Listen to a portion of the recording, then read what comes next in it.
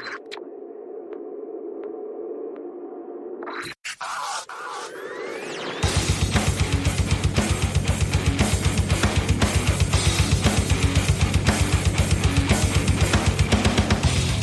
dealing with a falsehood, you're faced with two options. You can accept it or you can reject it. The basis upon which we take one of these actions is a product of our critical thinking capabilities and a desire to know what is true instead of confirming our bias. A lie can travel halfway around the world while the truth is still putting on its shoes. On Brainstorm, we choose the hard truths over the comforting lies. Reason, compassion, skepticism. This is the Brainstorm Podcast.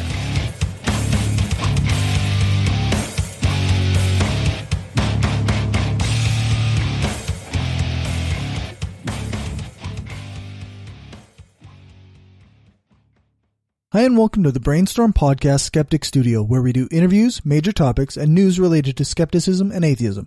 In this interview, I talked to Rick Harp from the podcast Media Indigena, a weekly show dedicated to covering Indigenous affairs.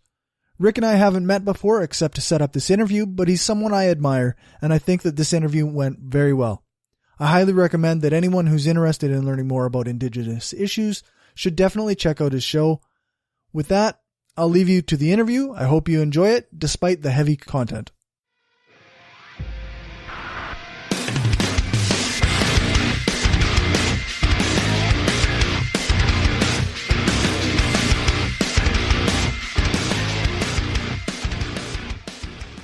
Okay, Rick, welcome to the Brainstorm Skeptic Studio. I really appreciate you being here. I wanted to have you on to talk about the recent Gerald Stanley case in the Battleford area, and also just about how racial issues in Canada and how Indigenous people are often left behind. Okay. So, first, I guess a good place to start is what are your thoughts on the Gerald Stanley case of and the verdict, the not guilty verdict of the murder of Colton Boushie? Where does one begin? Yeah, pretty heavy subject to start, I guess. It's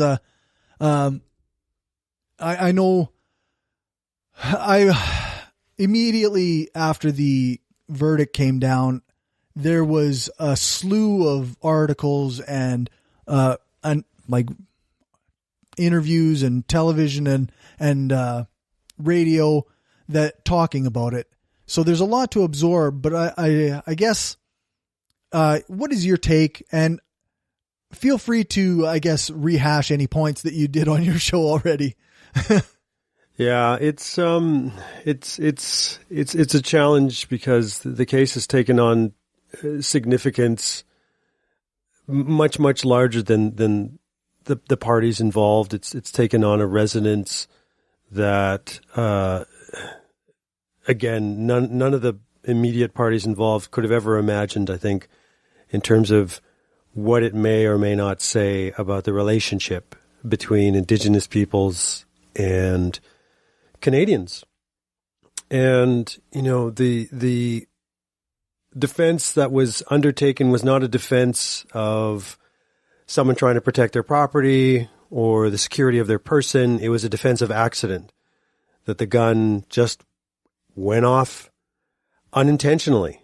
And as a result, a not guilty verdict was delivered by the jury. And in other words, the evidence was taken as presented by the defense at more or less face value. And I think there are a lot of people who feel that that was a fantastical explanation of events that is nigh impossible in reality. And so our podcast discussed that. What we also, I guess, discussed the apparent inclination of an all-white jury, an apparently all-white jury, to lend credibility to be credulous about such a fantastical argument. And what can we infer from that? Because we don't have access and never will have access to, the machinations of this particular jury or any jury. That's the way the Canadian justice system is set up. Right. Yeah. So it's actually illegal now, for the jury to discuss it in any capacity, right? Yeah, there you go. And so I know that there are reasons for that, and much of the justification seems to have a lot of weight to it and sense to it. That being the case, it leaves one wondering. It leaves one with all these questions when the evidence seems so ridiculous on the face of it that you have to work with what you've got, and there is they talk about reasonable doubt. I think there is there's reason to wonder about whether racism was a factor in this and whether it predisposed people to go to all these lengths mentally, logically, to try and find a rationale for their verdict. So, I mean, these are the kinds of questions that I know my friends and associates explore and ask and wonder about.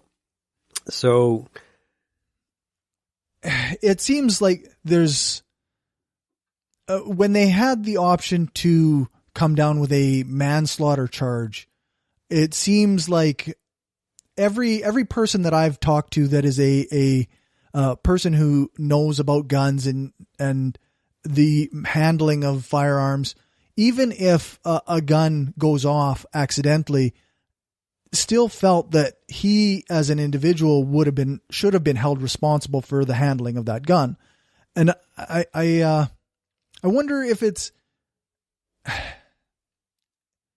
I wonder how a group of people can come to a conclusion that he isn't responsible for what happened with the gun that was in his hand.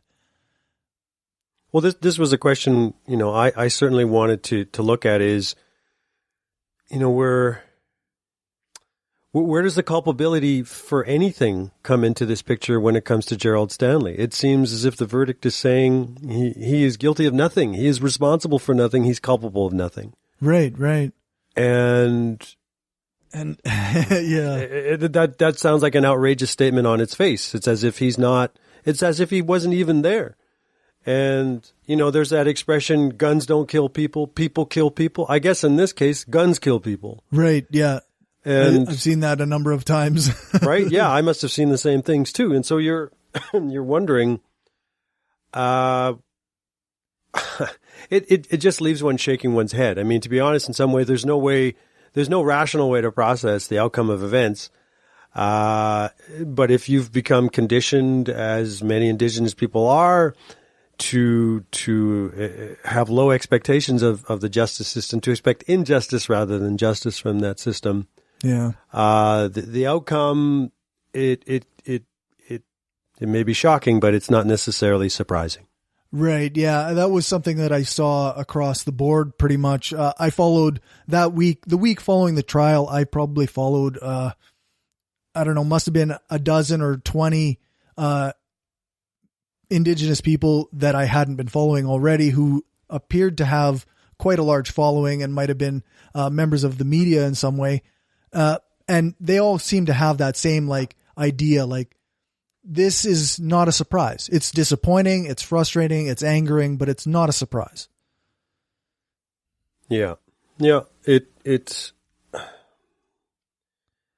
and yet it seems to have not just occurred to Indigenous people that's the case. I think it did go against, I think, people's common sense of fairness that this could not somehow have been the outcome that one would expect from the circumstances that yeah.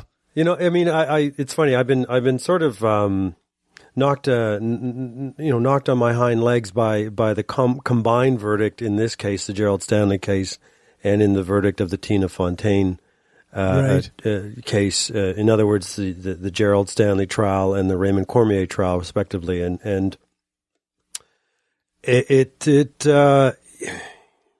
you're thinking about where do things go from here, and although I suppose you could argue they're exactly where they were before these verdicts were handed down, there was a hope for different outcomes that maybe was sending a signal that things are different this time.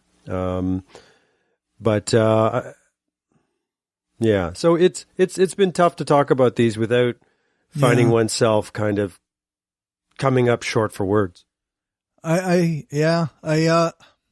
while back I talked to an expert who studies implicit bias and the effects that even people who consider themselves liberal minded, where the effect of it in where even people who think of themselves as liberal minded or progressively minded will often act in a way that leaves people of color in or various groups not getting jobs or not getting their applications considered for jobs, or they might not even get help on the side of a road in many cases. And I wonder, like, a lot of people are really quick to remove race from this as a discussion. Like, and I wonder if with knowledge of implicit bias, like, it seems so obvious to me that race has to, at some point, be part of the responsibility of the, like you say, all white jury, and they're coming down with a not guilty verdict in this case. Or in the case of Colton Boushie, for sure. I'm not sure what about the Tina Fontaine situation. I don't know that much about that one. I didn't read as much about it, I suppose.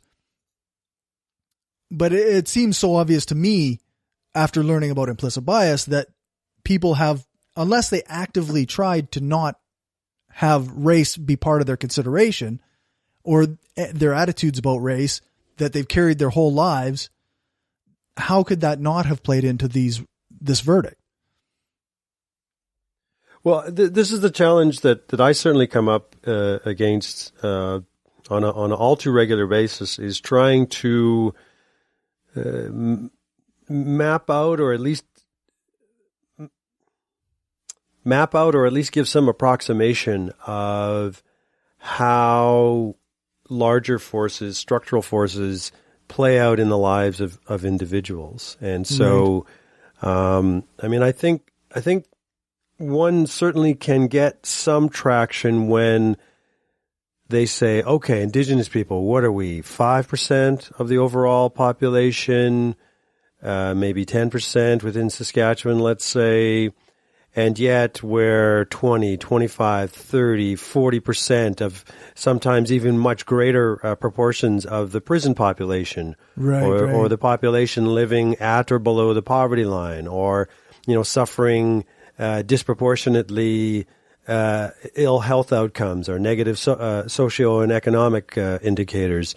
And people go, that's wrong. There's got to be something at play here, at work here, that sees such a differential when it comes to these different situations, and yet making the leap from that and infusing it into one's assessment of a given trial, it just all goes by the wayside, and then it falls into these discourses around blaming the victim or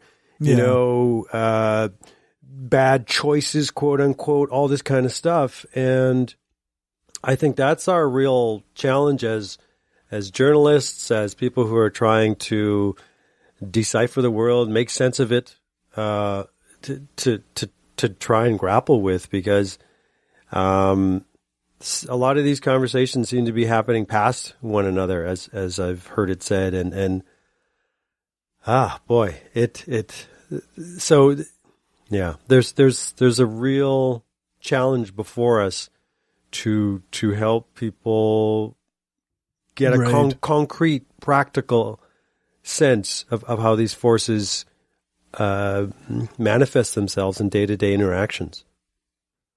Yeah, for sure. One of the things I really noticed with the case of Gerald Stanley was that even like many people seem to think that they could, despite the fact that it was never a self-defense case, they could still use that as a justification in conversations with people in like online or in person. So I read an article after the fact that discussed kind of this juror who ran away from the crowd after the fact and kind of looked at it as though it was like this, like this person recognized that they were afraid of, like, whether the verdict showed that or the defense showed that or not, there was very likely a chance that fear of the First Nations person was at play in this verdict. Do you think that there's some relevance to that? Oh, absolutely. I think fear of the other, in general, has been a tactic utilized by various societies to justify any form of incursion on the territory, resources, or personhood of another group. And I think that that's very specific to North America. Yeah. It at various levels of awareness and consciousness, but also, within popular culture, within education systems, enables, justifies, rationalizes the fact that where once Indigenous peoples had 100% control of this part of the world, they now have something like 0.2%. Right. Well, how does that happen? It typically only happens through force. And how does it maintain itself? Well, it's through force, but that can consume a lot of time, money, and energy. So maybe fear becomes kind of the initial strategy. And I mean, you have, to maybe bring it back to what we were talking about earlier. I mean, there are observers who theorize that incarceration of populations are one way to deal with them. And so fear becomes a handy way of tilling the soil, setting the stage, whatever metaphor you want to use for facilitating exactly that. Yeah. I sometimes draw parallels when talking to people between the American system's treatment of Black people to the Canadian system's treatment of Indigenous people. And I wonder, like, they have in the past, like, I don't know if you've read The New Jim Crow. No, I've been meaning to. It looks like a phenomenal book. I did see the documentary by Ava DuVernay on Netflix called 13, about the 13th Amendment, which, draws heavily on the analysis of the author of The New Jim Crow. Right. Yeah. Yeah. And it often, I see parallels in that sense, in that the way that a population is policed often it will result in these racial stereotype or increased incarceration rates because they're being policed more in a certain population than in another population. Like Indigenous people in Canada are often, I don't have stats in front of me to back this up, but they're often more policed than white populations or white people. And then they get incarcerated more have higher rates of sentencing, like worse sentences for similar crimes, and then we end up with that higher population of Indigenous people in prisons, and then I don't know, and then I get people who who deny such a systemic racism is a thing. It's a difficult concept for some people, I guess, to get their head around. Well, I guess one's perspective on it depends on which end of the stick one is effectively, positioned. Right. Yeah. And adding to that whole mix of things is the fact that I'm sure there's, when it comes to the percentages of people who oversee and work at prisons, it's probably disproportionately non-Indigenous who control those prisons that contain a population that is disproportionately Indigenous. So it's almost breathtaking in its consistency. Yeah. And so I guess, what do you think? There's a group of men, actually, I just read the article today, who are they're going in Calgary, who are they're First Nations men in Calgary. They're standing in front of, I think, a courthouse, and they're going to be answering questions, no matter how stupid the question may be, about race relations in Calgary, or systemic racism, or whatever. So I wonder, what do you think of that? Do you think that kind of outreach should be, or is helpful, or do you think it's should it be on the job of Indigenous people to educate white people about these things? Well, wasn't that ironically inspired by some right-wing pundit in the States who set up a table saying, "Ask me anything about feminism or change Stephen my mind." Crowder. Yeah. Yeah, and so I thought maybe that was a clever reversal of something like that. I know a lot of people who bristle at the idea that in addition to struggling to put one's mind as an Indigenous person to working to undertake a response to all these challenges that we've been talking about, they also have to, in the process, set aside the time and the labor, intellectually, emotionally, and otherwise, to make white people feel less bad about themselves, or this kind of thing. And it's like, you have privileged access to books and the internet, go for it. I mean, and Indigenous people have done that labor, often not necessarily paid or maybe underpaid anyway. And my podcast is not necessarily intended for anybody but an Indigenous audience, and those who have who aren't Indigenous but have worked hard to get a familiarity with the issues. But we at the same time, we try to be as sensitive to different levels of familiarity with certain concepts, certain aspects of Indigenous people's existence.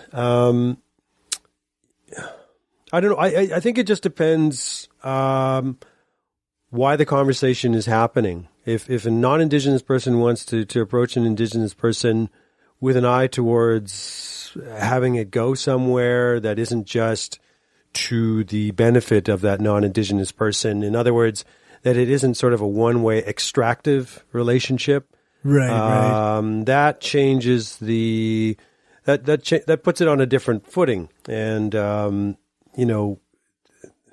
these, as you might expect, there can be some sensitivity, right, on the part of Indigenous people who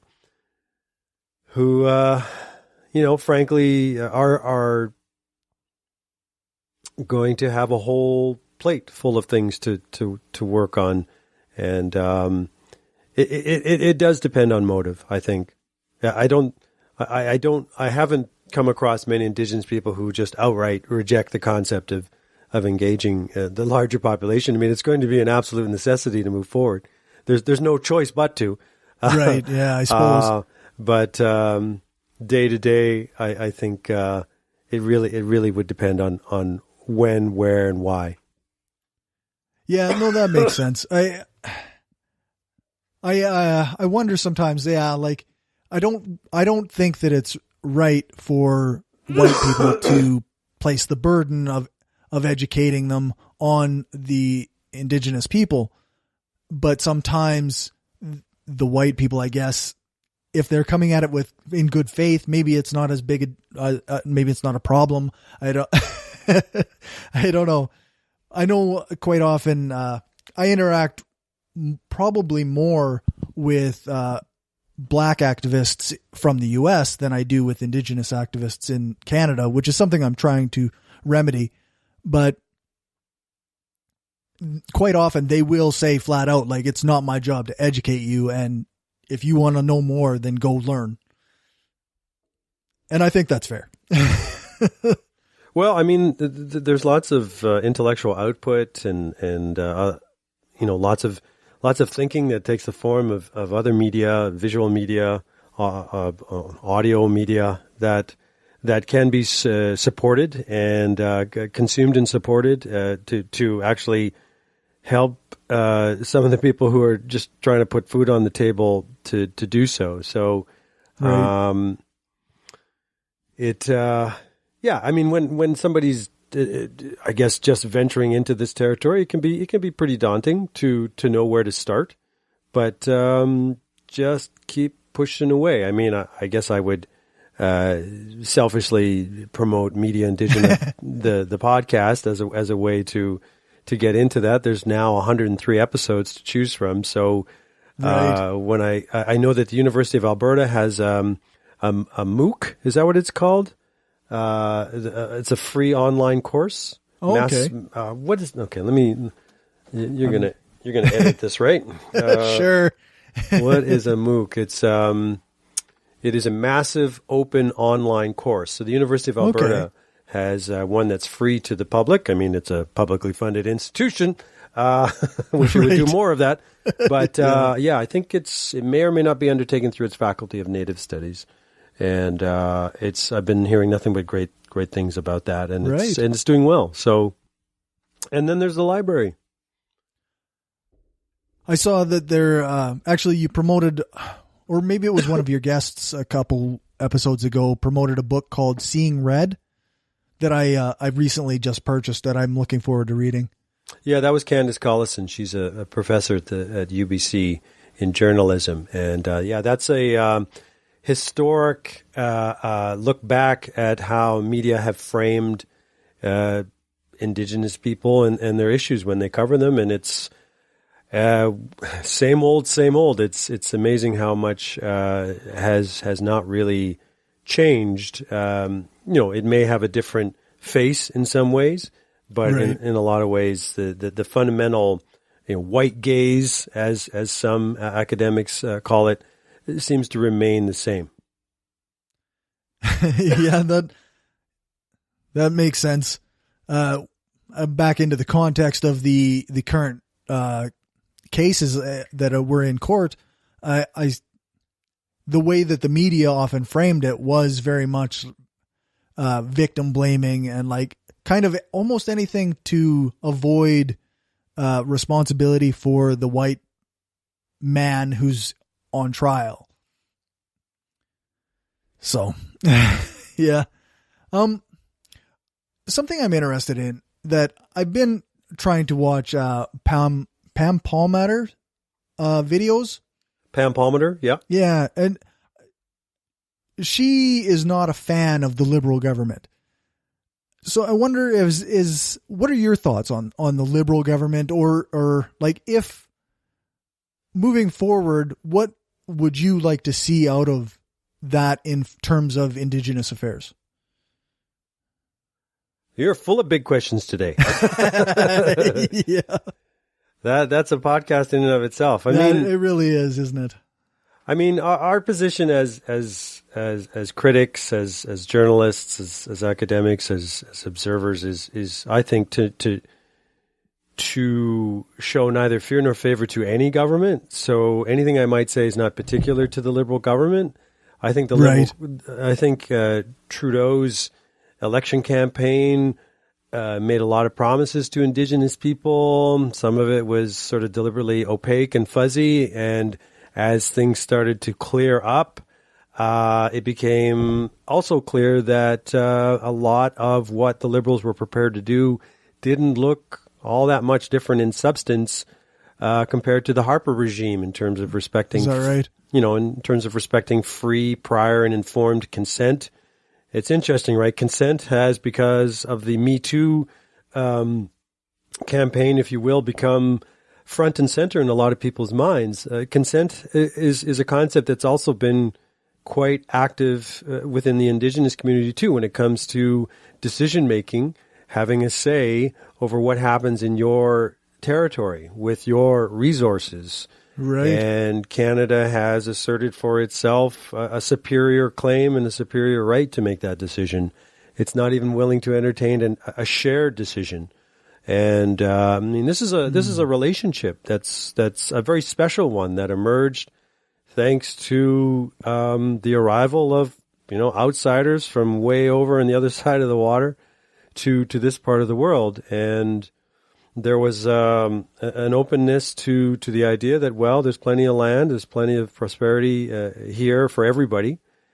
Why don't we look at seeing if we can share it and to everyone's benefit? And instead, that somehow become, well, we make the rules here, and we'll do our best to accommodate you as a kind of quote unquote special interest group, as a kind of ethnic population. That seems to be the attitude.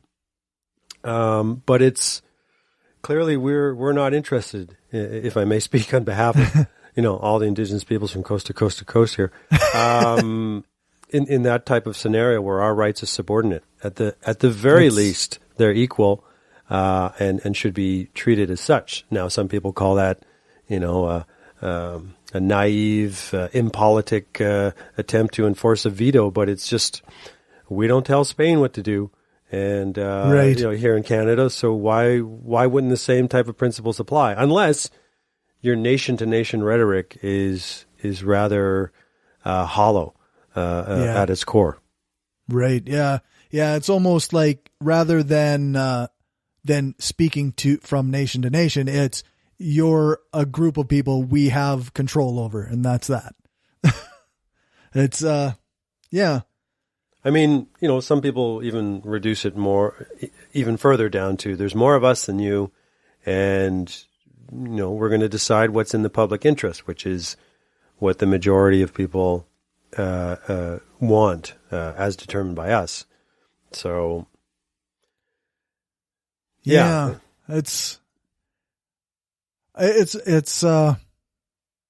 I'm not really sure where to go with from there. That's actually like the attitude that I've seen is almost more. It's by many people very troubling.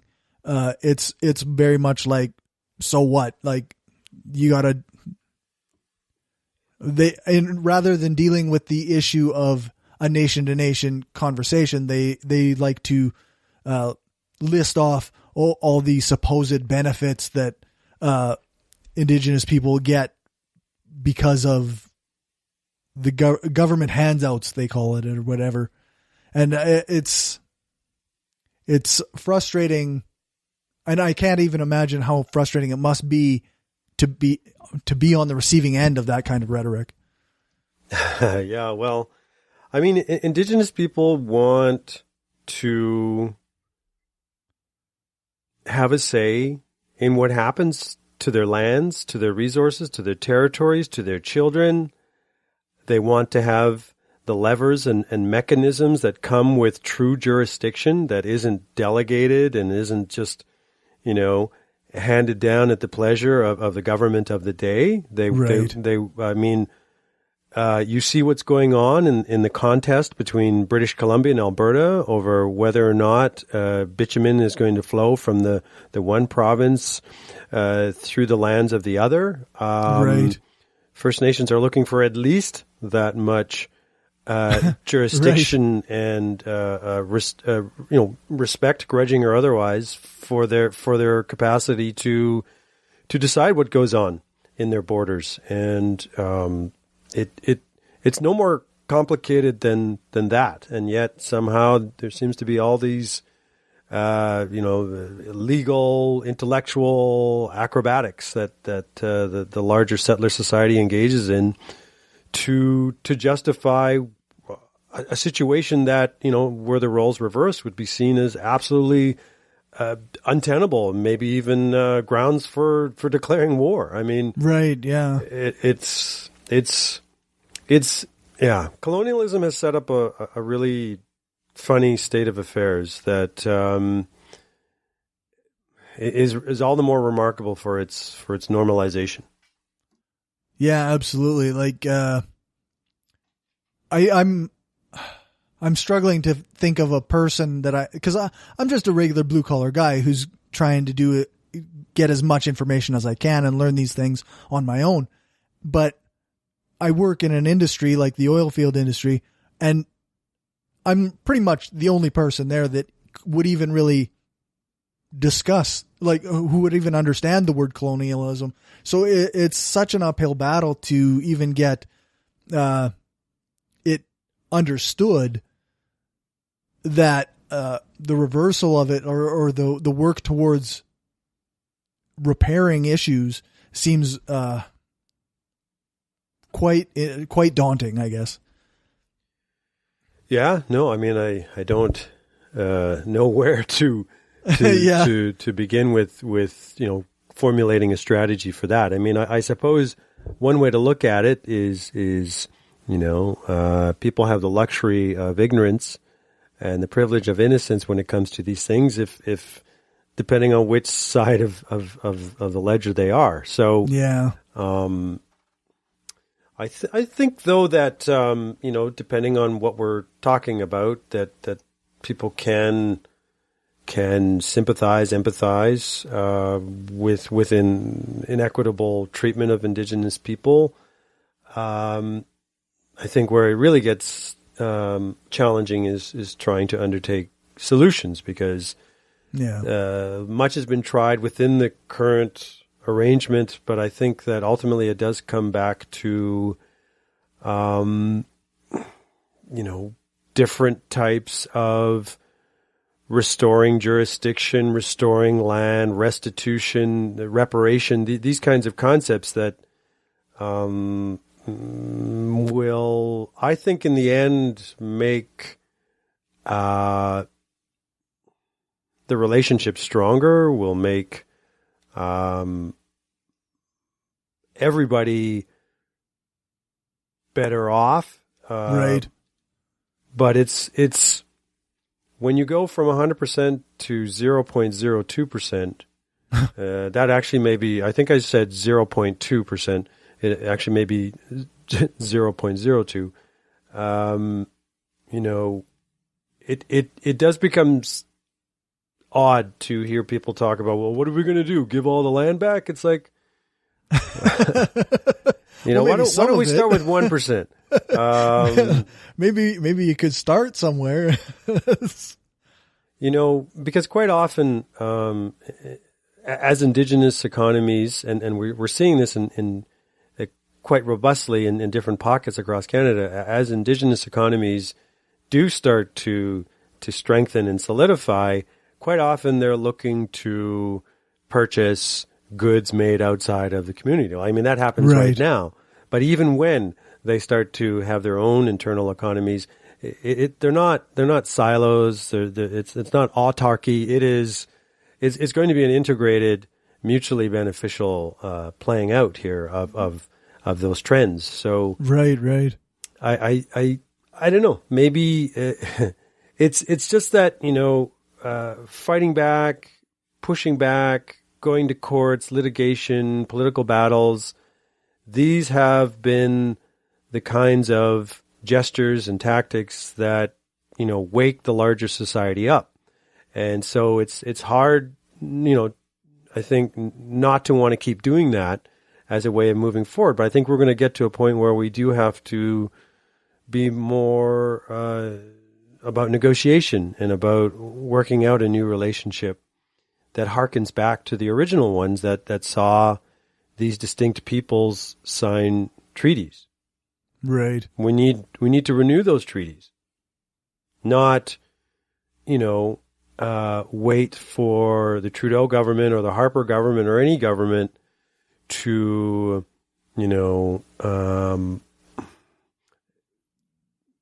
decide when they want to be generous with us. Right. The relationship has to be bilateral, or I should say multilateral, because there are, there's 600, reserves in Canada, but right. these reserves all fit under different cultural umbrellas, whether that's the Cree umbrella or the Anishinaabe umbrella or the Haida umbrella or the Mohawk umbrella.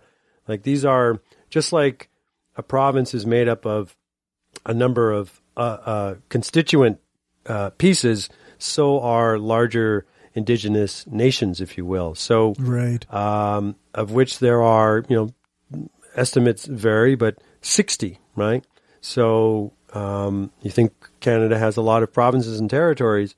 I think that's what, most people actually, again, bringing this all back in a loop, right? I think most people would be surprised to know that there isn't just one Indigenous language. And that, if you took somebody who spoke only Haida from the West Coast and you plopped them in a room with someone who only spoke Mi'kmaq from the East Coast, they would have no idea what the other person was saying, right? Right. So that makes sense. How did that all get compressed? How did that all get erased? How did that all get marginalized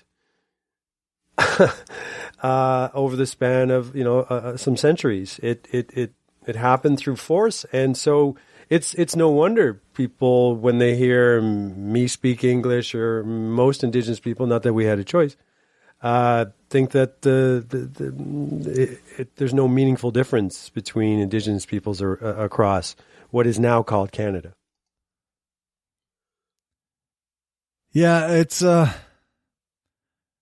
seems like a tough problem to solve. Yeah. Well, I'm I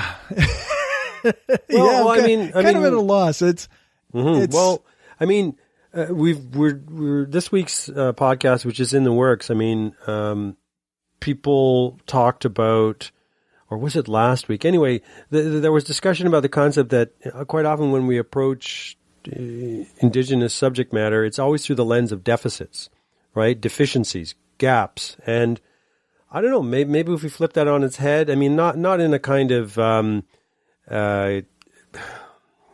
disingenuous, airy-fairy way, but looked at Indigenous strengths, looked at Indigenous assets, looked at Indigenous people through that prism.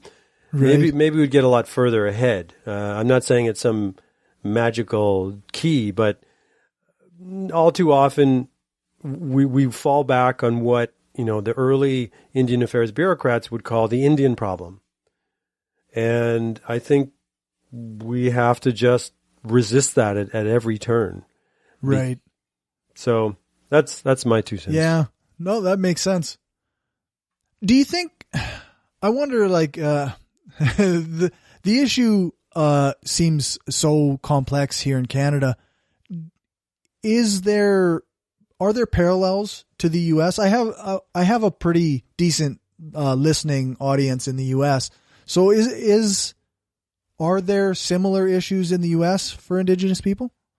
Oh, well, I mean, it just depends whether you're 30,000 feet or 1,000 feet. I think from 30,000 feet, absolutely. I mean, both Canada and the United States actively work to dispossess Indigenous peoples. And whereas perhaps in the one case in the United States, annihilation was a stated upfront purpose. I think for Canada it was absorption. Although I think no one was dissatisfied when annihilation was a byproduct as well. So, I'm not someone who I would rely on for intricate history of government policy, but I would say that. For all intents and purposes, the goals were the same. I mean, you see it in Australia, you see it in New Zealand, you see it in the United States, and you see it in Canada. Well, I mean, those are Anglo-American countries. I think at a larger mission level, understanding that they all wanted to take the lands and the resources and the spoils in order to feed a rapidly expanding capitalist-oriented economy, global economy. Right. Yeah. And we were in the way. And you know, where they had to deal with us, nation to nation, they did so until they didn't have to do so. Right. I mean, disease played a big part in thinning out the ranks of Indigenous populations, making it much less challenging to have to deal with them. Yeah.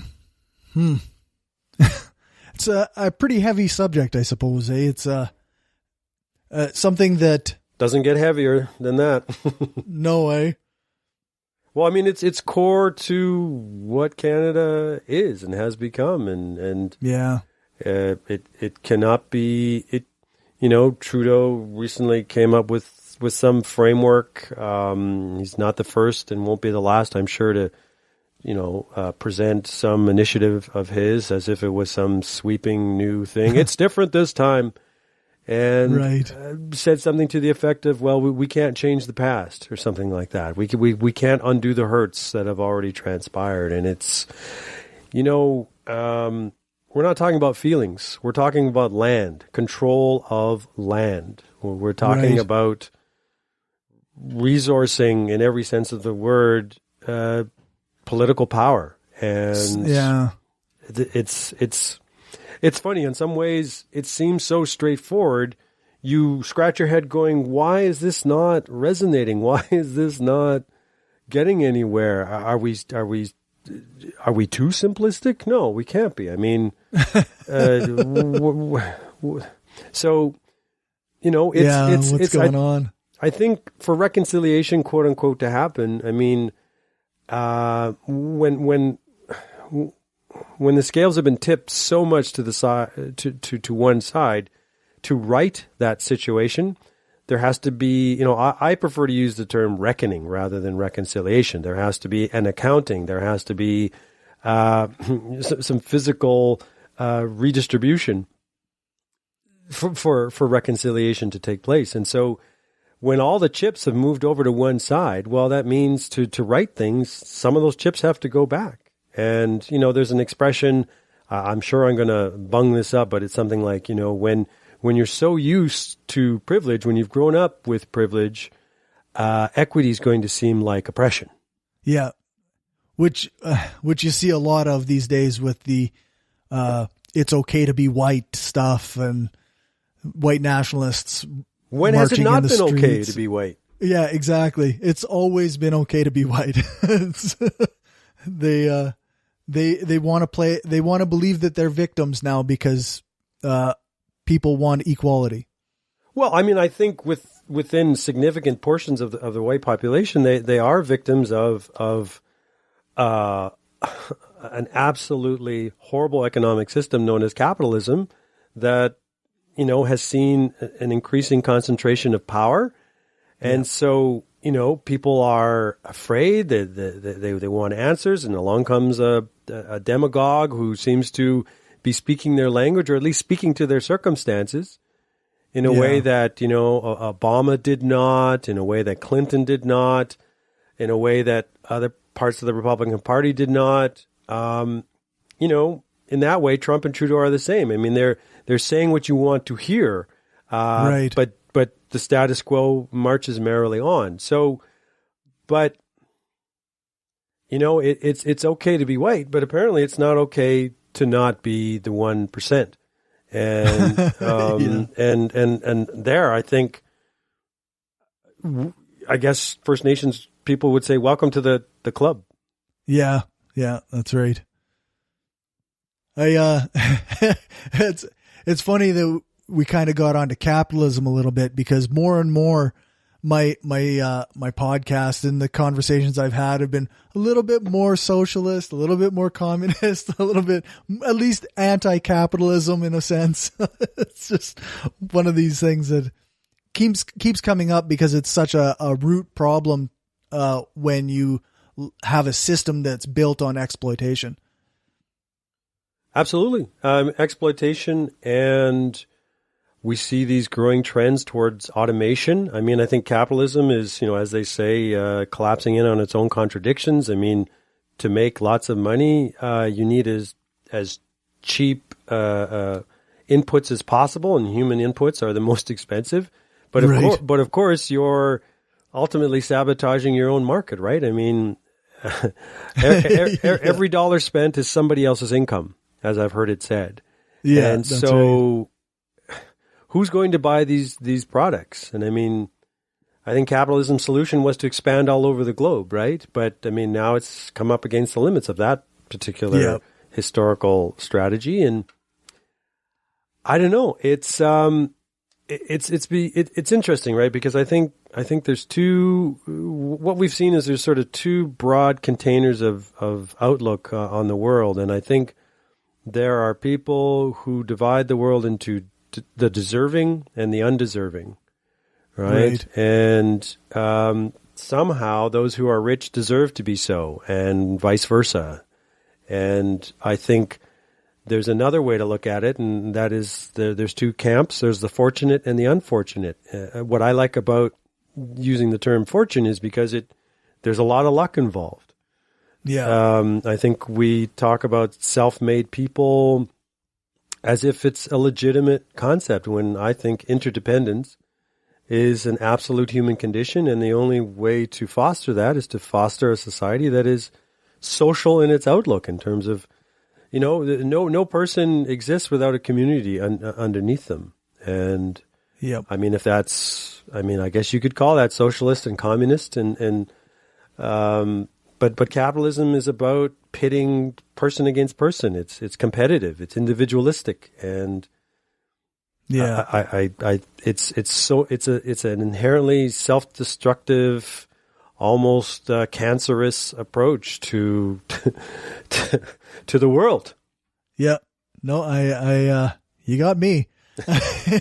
I just interviewed a guy just before you and I connected, and he talks about things in terms of collectivization of things, and as well as like not just even products and resources, but also like our social ideas also are collectivized, like, and need to be collectivized, because this individualism or this pitting each other against each other is creating almost individual realities where we don't really acknowledge what's actually a fact or true, because we don't want to.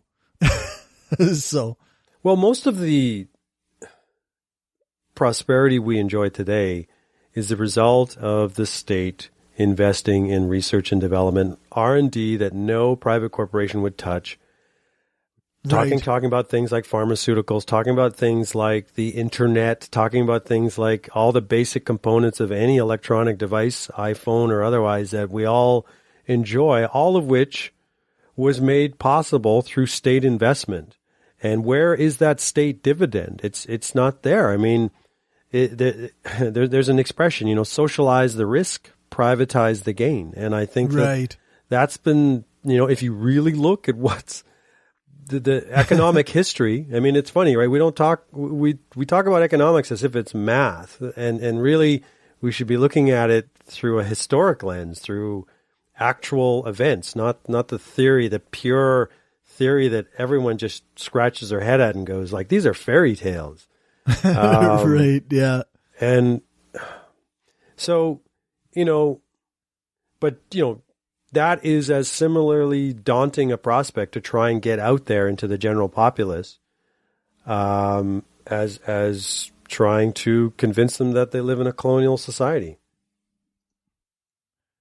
Yeah, it becomes, well, very much still people are responding to the Red Scare back in the whatever it was, 50s and 60s, that the idea, even the word socialism now still isn't something that you can communicate with people about.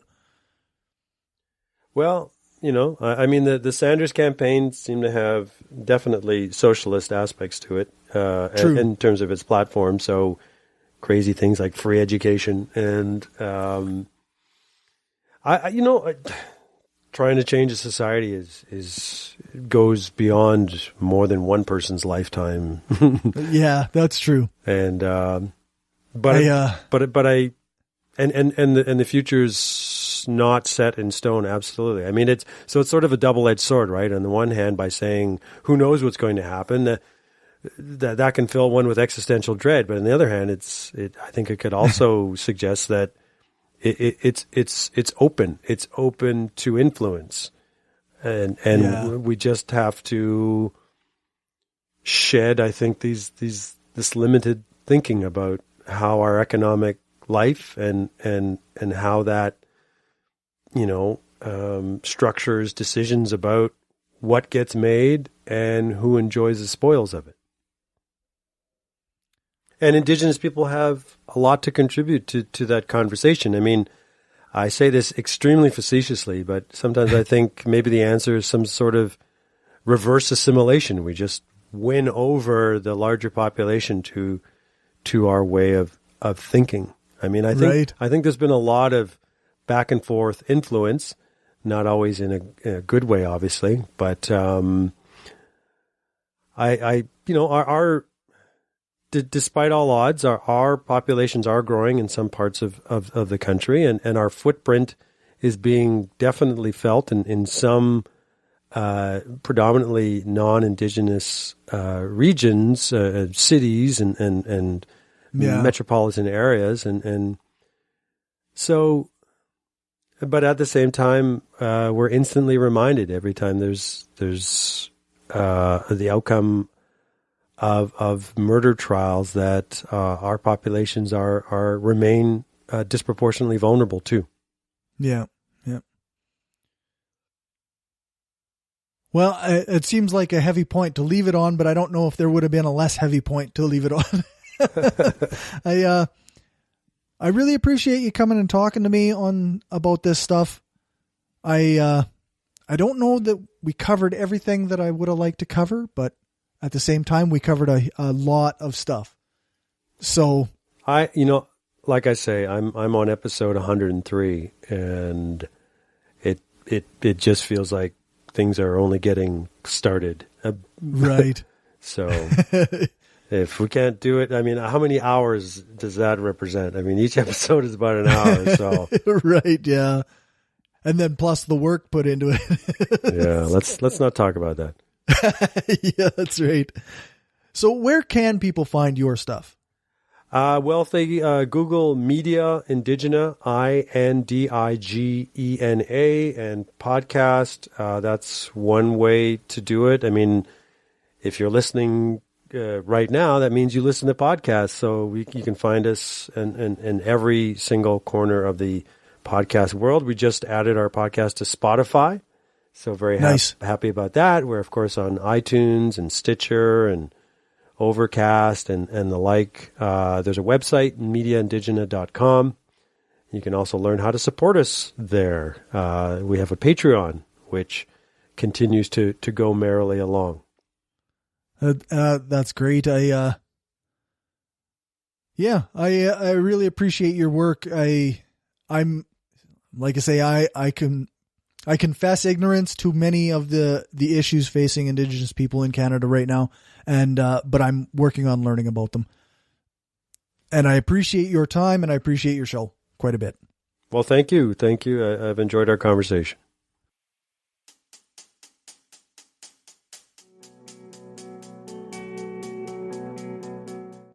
Okay, so that's it for the interview. I want to thank Rick for joining me and for the great conversation.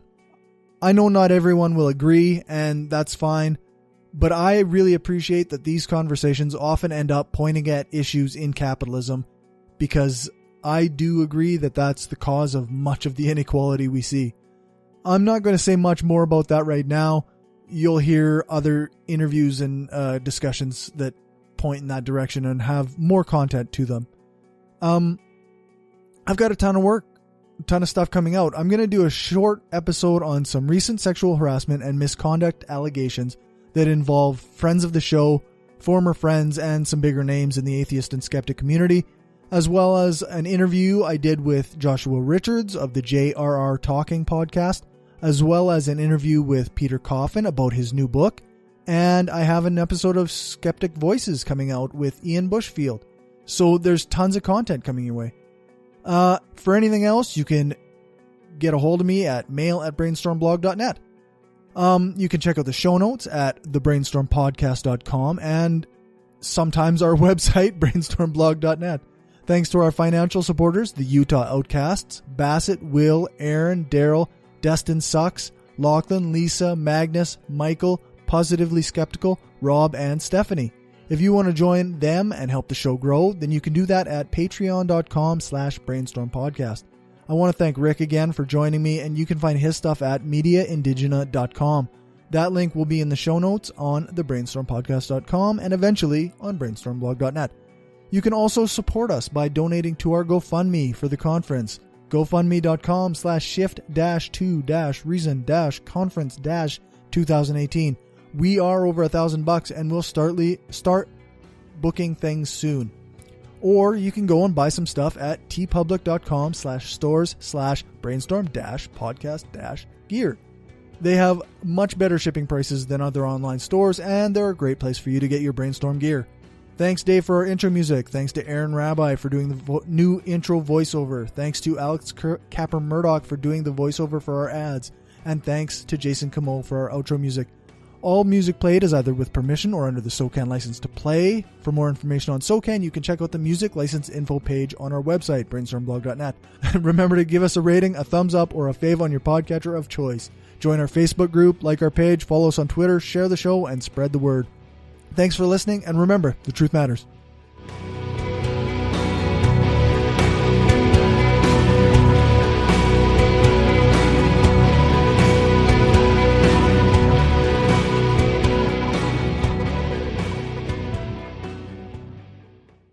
This is an opinion-based podcast. Each person on the podcast is responsible for their own opinions, and those opinions don't necessarily reflect the views of the rest of the panel. Any guests or anyone associated with the people on the podcast, such as spouses, partners, children, other family members, friends, or employers. No one person speaks for the podcast with the possible exception of Corey, and he doesn't speak for anyone else on the show. The Brainstorm podcast does not represent the views of our sponsors. We just wanted to say thanks to everyone who listens to us, shares the show, gives us a rating on iTunes or Stitcher, or supports us through Patreon and Gumroad. We don't have a lot of interactions with our listeners, but what we have had proves that we attract some of the best people around. Smart, kind, and cool. An audience truly worthy of the titles hardcore and woo-free. Thanks for helping us make the world a smarter place.